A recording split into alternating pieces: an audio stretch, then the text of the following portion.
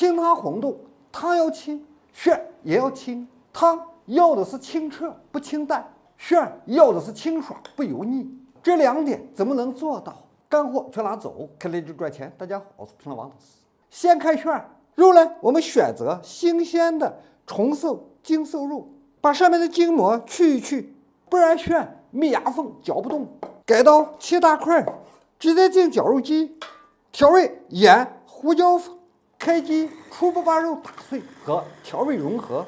这个时候提前泡好的葱姜花椒水就用到了，2个作用：一，重瘦肉你看比较干巴，它吃热水了滋润，口感才嫩；二，给炫里给一个葱姜花椒的清香味，同时还能达到去腥。风湿加先加一点，继续搅，让肉吃到水，继续加，慢慢把肉末打细，同时让肉吃足水。你看肉吃足水了，看这水灵灵的、粉嘟嘟的，敲一敲，弹性特别足。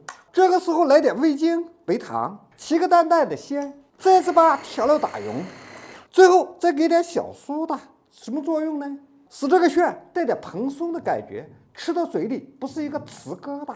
而且包好的红豆它始终在汤的上面飘着不沉底，这样我们的红豆炫就好了。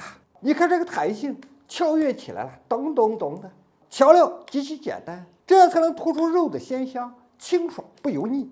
接下来看红豆的汤，你看这锅汤看着和白开水似的，很清澈。如果真是白开水的话，那只有2个字：寡淡。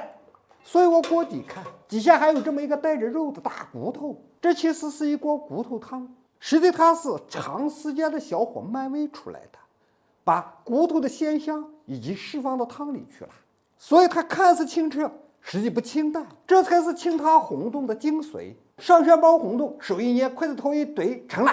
红豆没有太讲究的手法，就这么随意。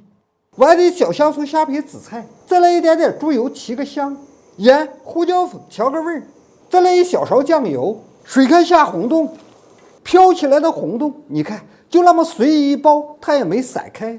骨头清汤把碗底冲开，煮好的红豆轻轻的装碗，这样我们的清汤红豆成了。